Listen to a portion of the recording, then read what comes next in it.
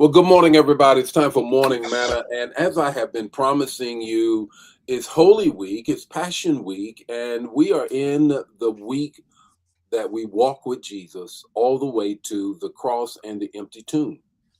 And as I believe, and as our guest this morning, and he's going to be sharing in just a moment, um, we believe it's time to you got to slow down. We rush to Easter almost in the same vein as Christmas. We rush to it, it's this, that, and the other, and then we hit it. And do we get the full meaning? I have found, Life Changer fam, and Morning Manna fam, that when you slow down this week and you walk with Jesus in his steps this week, then Sunday, Resurrection Sunday, has more meaning. It has more impact, even a Good Friday. So that's what the purpose of this week. And this week, as many of you know, we have a by-state seven last words that this year will be held at New Life. We'll talk more about that. But there's a steering committee of pastors on both sides of the river who are part of that, and we come together as leading us into this, walking up to that moment. And this morning we have Bishop Jones, and I just bless God. He's befriended me when I came to this community, pulled me in, and has been there for me, and been leading in this effort. And so we want to welcome him. Then we're going to greet some of you all, and then we're going to get right into the word and talk about this morning. Good morning, Bishop. Good morning, Bishop. How are you this morning? I'm well. I'm well. Tell the people about all the things that are happening at Friendly. Well, listen, it's a lot going on, Bishop, but no different than what's happening with you in New Life. You know, the life is busy, but as you do the Lord's work, you stay busy. There's plenty. The harvest is plenteous, and the laborers are few. So we're doing the work in the community and church, saving lives and trying to just share the gospel and impact people everywhere we go. Yes, indeed, indeed. I know you were leading the effort. This just a little bit of a side, and then we'll come right back, greet some people, and we'll move right into it. First of all, thank you for getting up with me this morning. Uh, Yes, sir. Only it for a is prayer. it is Monday morning, It is. and Monday for pastors, for many pastors who have been blessed enough to be in full-time ministry, it's our day off. It's the only day that we have off, the Yeah, only one. yeah. But thank you for the sacrifice. But I was going to say, this time last year, our whole region was under severe attack weather-wise, and still bouncing back. Our church, as you know, we were hit by EF2. Your side was hit in so many ways, and you have been a leader in that effort. Can you help people, bring them up to date real quick, and then we'll move right in? How's it going with that? Well, it's still staggering, challenging. People have stepped up and done the work and, tried to serve these families, and yet there's still a need. There's still a need with people with homes, for homes, and just resources. But we're slowly and carefully doing that walk. We need the support of the collective, whether it's private, public, and certainly the church. But it's a situation that's too big for one, Mm, uh, that's but it's, good. it's it's possible for all, and we're still doing the work, though. Yes, sir. I like that. A situation too big for one, and it's possible for all of us, and that's really what needs to happen in many of the things that we are dealing with right now. We could go on and on about what we're up against, from weather to politics, but we won't. We're going to greet some folk, get into it, and then we're going to talk about what did Jesus do on Monday. Let me greet some folk. Good morning, Ramona. How are you on this morning? Gerald, how are you? Arlene, how are you? Michael, how are you on this morning? Brenda's in the house. Linda's in the house. Elder Jan is in the house. Verena's in the house. Now, Morning Man of Fam, I usually try to greet everybody. Now, we ain't going to have time to do all that today. Okay. we won't, so please forgive me. We won't be able to do that all week long because we have special guests. We want to give them the opportunity to talk. Good morning, Dan the man. How are you, Minister Yolanda? How are you on this morning? So we don't want to take up all of the time. We're doing what we typically do. We want to get right into it and be a good steward of that time. So let's get right to it. It's all about today. It's all about what was Jesus doing on Monday, on this Holy Week, this Passion Week. What was he doing? So I want you to stand by. We're going to teach you that and share with that, have conversation with that. Good morning and welcome to Morning Manna, where in 5 minutes or less, you're going to get an impartation with the text, the talk, and the takeaway.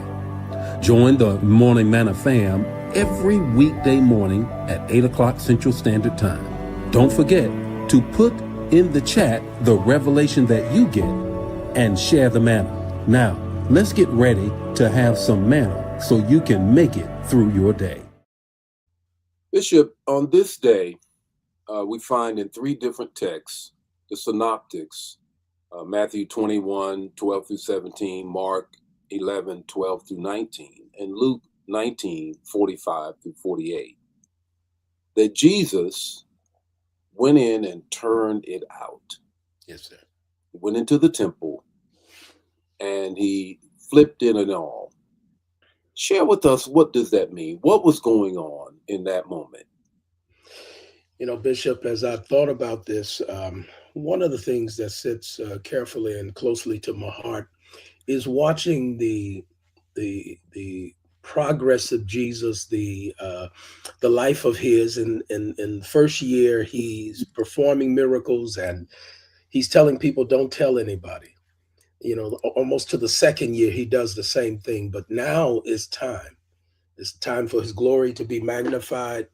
And Jesus steps up and steps out. When I think about Jesus, people talk about him as this passive, resistant kind of servant who is casual and calm and collected and controlled. But Jesus confronts crisis here. He goes into the temple. He goes the night before and sort of takes an assessment. And then he goes the next day on Monday morning and he says, enough is enough. What Mm, he does is he stands up against systems. He stands up against the protocols that are there, that are working against the people, that are abusing people. And Jesus makes a public statement by overturning tables. He's saying to systems, you won't work, it won't stand. I will stand against it. I have come to stand against those things which are not holy, which are not just, which are not proper. And Jesus takes a stance. And I think it makes sense to me with the kind of stances he's taking in this, especially this final week, why he ended up on Calvary, why he ended up on the cross. one of those systems is the exchanging of money Yes, sir. from um, temple money, or from, I should say, Caesar's coins and money to temple money, to be able to then buy the sacrifices to give to the priests, that Mhm. he may take it to the brazen altar and sprinkle the blood over them for atonement. Now, here is the thing, and I like for you to address this. Here he is.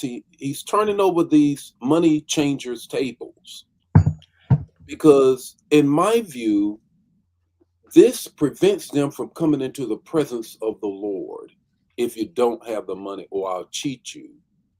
And what I see right now is a similar system of a Christian nationalist thing that's saying, here is the systems we have so that you might be able to come into God's presence. Can you speak to that? You know, you said a lot there, Doc. You said a lot.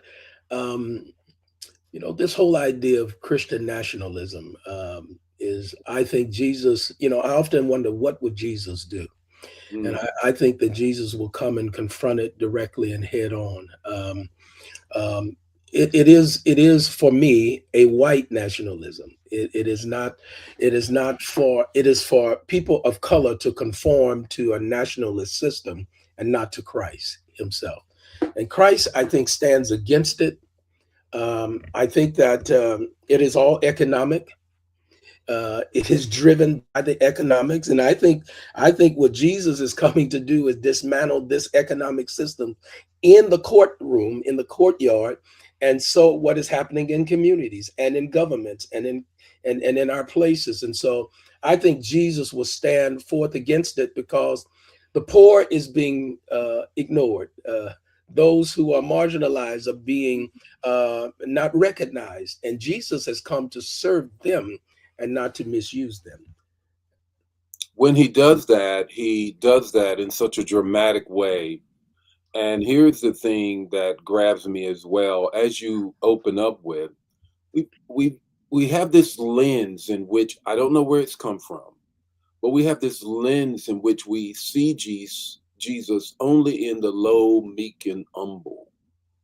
We and I have some sense of maybe our faith isn't as attractive to men because we present a meek man Yeah. instead of the man that turns over stone tables and chisels out houses as a carpenter.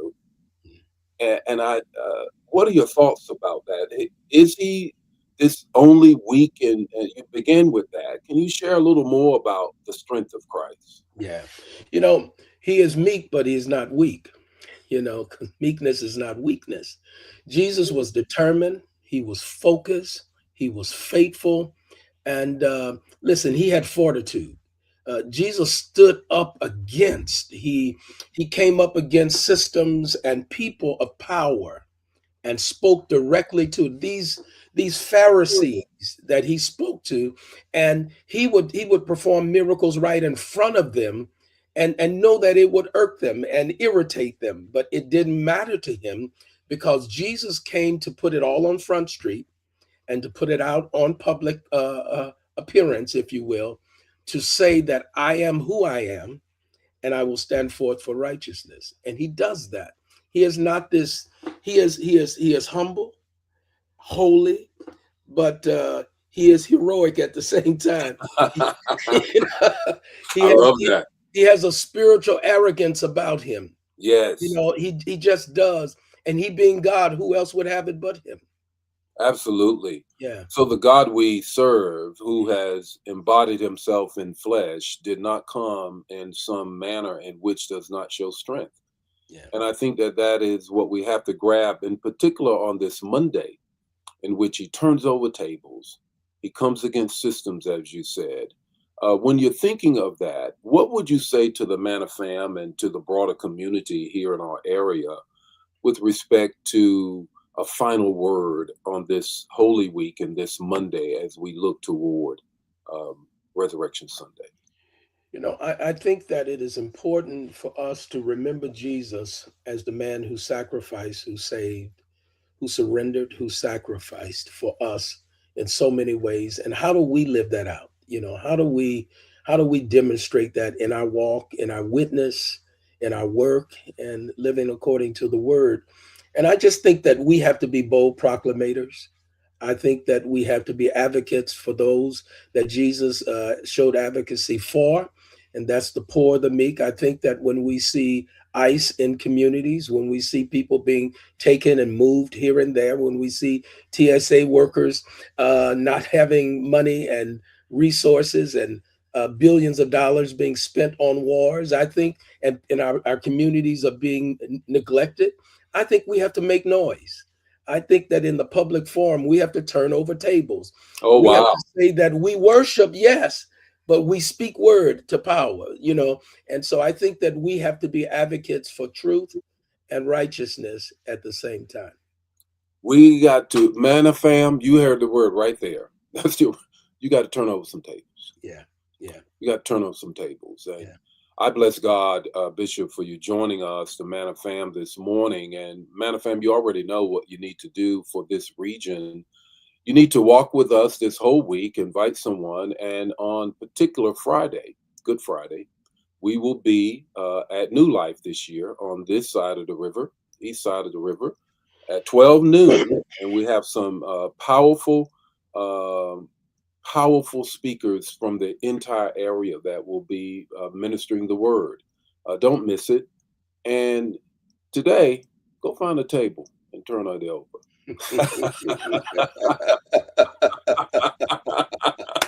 Hey, thank you, Bishop. The I Lord love be it, with you Doctor. today. The face shine upon all of the Manna family in you, Yes, sir. and may his face shine upon you.